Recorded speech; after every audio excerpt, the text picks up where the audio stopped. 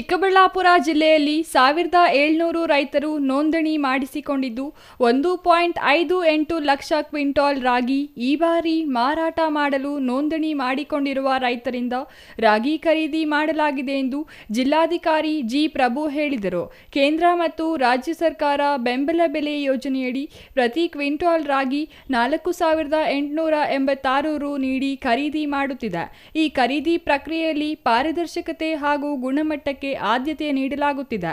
ರೈತರಿಂದ ದೂರು ಬಾರದಂತೆ ಕೆಲಸ ನಿರ್ವಹಿಸಲು ಅಧಿಕಾರಿಗಳಿಗೆ ಸೂಚನೆ ನೀಡಲಾಗಿದೆ ಎಂದು ಚಿಕ್ಕಬಳ್ಳಾಪುರ ಜಿಲ್ಲೆಯ ಜಿಲ್ಲಾಧಿಕಾರಿ ಜಿ ಪ್ರಭು ಹೇಳಿದರು. ಬಾಗೇಪಲ್ಲಿ ಪಟ್ಟಣದ ಎಪಿಎಂಸಿ ರಾಗಿ ಖರೀದಿ ಕೇಂದ್ರಕ್ಕೆ ಅನಿರೀಕ್ಷಿತವಾಗಿ ಭೇಟಿ ನೀಡಿ ಮಾತನಾಡಿದ ಜಿಲ್ಲಾಧಿಕಾರಿ ಜಿ ಪ್ರಭು, ರೈತರ ಬೆಳೆಗಳಿಗೆ ಉತ್ತಮ ಲಾಭ ತಂದುಕೊಡುವ ನಿಟ್ಟಿನಲ್ಲಿ ಬೆಂಬಲ ಬೆಲೆ ಯೋಜನೆ ಜಾರಿಗೊಳಿಸಲಾಗಿದೆ. ವಿವಿಧ ಬೆಳೆಗಳಿಗೆ ಸರ್ಕಾರ ನಿಗದಿಪಡಿಸಿರುವ ದರವು ಮಾರುಕಟ್ಟೆ ದರಕ್ಕಿಂತ ಹೆಚ್ಚಾಗಿದೆ.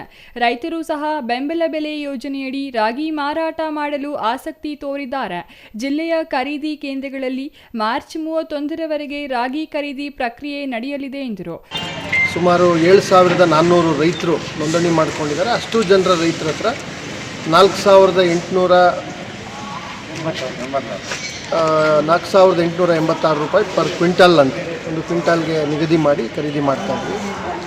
ಮಾರ್ಕೆಟ್ನಲ್ಲಿ ದರ ಕಡಿಮೆ ಇರೋದ್ರಿಂದ ಈ ಖರೀದಿ ರೈತರಿಗೆ ಹೆಚ್ಚು ಆದಾಯ ತರುವಂಥದ್ದಿರೋದ್ರಿಂದ ರೈತರು ಕೂಡ ತುಂಬ ಉತ್ಸಾಹದಿಂದ ಬಂದು ನಮ್ಮ ಖರೀದಿ ಕೇಂದ್ರಗಳಿಗೆ ಬಂದು ಪ್ರತಿ ತಾಲೂಕಿನಲ್ಲಿ ಏನಿದೆ ಖರೀದಿ ಕೇಂದ್ರ ಅಲ್ಲಿ ತಮ್ಮ ರಾಗಿಯನ್ನು ಸರ್ಕಾರಕ್ಕೆ ಕೊಟ್ಟು ಮಾರಾಟ ಮಾಡಿ ಹೋಗುವಂಥ ಪ್ರಕ್ರಿಯೆ ನಡೀತಾ ಇದೆ.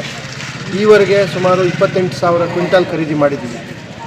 1250 ರೈತರು 7400 ರೈತರಲ್ಲಿ 1250 ರೈತರು ಕೊಟ್ಟಿದ್ದಾರೆ. ಮುಂದಿನ ಮಾರ್ಚ್ 30ನೇ ತಾರೀಕಿನವರೆಗೆ ಈ ಖರೀದಿ ಪ್ರಕ್ರಿಯೆಯನ್ನು ಮುಂದುವರಿಸ್ತೀವಿ.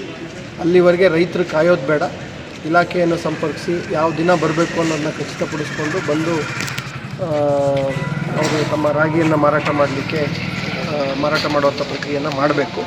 ಜೊತೆಗೆ ಅವರಿಗೆ ನೇರವಾಗಿ ಅವರ ಖಾತೆಗಳಿಗೆ ನಾವು ದುಡ್ಡನ್ನು ಹಾಕೋದ್ರಿಂದ ಯಾವುದೇ ಸಮಸ್ಯೆಗಳಿಲ್ಲದಂತೆ ಅವ್ರದ್ದು ಎಷ್ಟು ರಾಗಿಯನ್ನು ಮಾರಾಟ ಮಾಡ್ತಾರೆ ಅದಕ್ಕೆ ಅನುಗುಣವಾಗಿ ಅವರಿಗೆ ನೇರ ಖಾತೆಗೆ ದುಡ್ಡು ಹಾಕುವಂಥ ಕೆಲಸ ಮಾಡ್ತೇವೆ.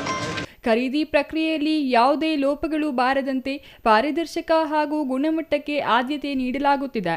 ನೋಂದಣಿ ಮಾಡಿಸಿರುವ ರೈತರು ಶುದ್ಧವಾಗಿ ರಾಗಿ ನೀಡಿ ಸರ್ಕಾರದ ಸೌಲಭ್ಯ ಸದುಪಯೋಗ ಪಡಿಸಿಕೊಳ್ಳಬೇಕೆಂದು ತಿಳಿಸಿದರು. ರಾಗಿ ಖರೀದಿಗೆ ನೋಂದಾಯಿಸಿಕೊಂಡಿರುವ ರೈತರಿಂದ ಆಹಾರ ಧಾನ್ಯಗಳ ಖರೀದಿ ಪ್ರಕ್ರಿಯೆ ಪಾರದರ್ಶಕವಾಗಿರಬೇಕು. ತೂಕದಲ್ಲಿ ವ್ಯತ್ಯಾಸವಾಗದಂತೆ ನೋಡಿಕೊಳ್ಳಬೇಕು. ದಲ್ಲಾಳಿಗಳ ಹಾವಳಿ ತಪ್ಪಿಸಬೇಕು. ಅನಗತ್ಯ ಹಣ ಪಾವತಿ ವಿಳಂಬ ಇನ್ನಿತರ ಸಮಸ್ಯೆ ಉಂಟಾದರೆ ಅಧಿಕಾರಿಗಳ ವಿರುದ್ಧ ಕಠಿಣ ಕ್ರಮ ಕೈಗೊಳ್ಳಲಾಗುತ್ತದೆ ಎಂದರು. ಈ ಸಂದರ್ಭದಲ್ಲಿ ತಹಸೀಲ್ದಾರ್ ಮನೀಷಾ ಎನ್ ಪತ್ರಿ, ಆಹಾರ ಮತ್ತು ನಾಗರಿಕ ಸರಬರಾಜು ಇಲಾಖೆ ಜಂಟಿ ನಿರ್ದೇಶಕ ನಾಗರಾಜ ಕೆಳಗಿನಮನಿ, ಕರ್ನಾಟಕ ಆಹಾರ ಮತ್ತು ನಾಗರಿಕ ಸರಬರಾಜು ನಿಗಮ ನಿಯಮಿತದ ಜಿಲ್ಲಾ ವ್ಯವಸ್ಥಾಪಕ ವಿಜಯಕುಮಾರ್, ಬಾಗೇಪಲ್ಲಿ ಆಹಾರ ನಿರೀಕ್ಷಕಿ ಪುಷ್ಪ ಹಾಗೂ ರೈತರು ಹಾಜರಿದ್ದರು. Ganesh R, CTV news, Bagepalli.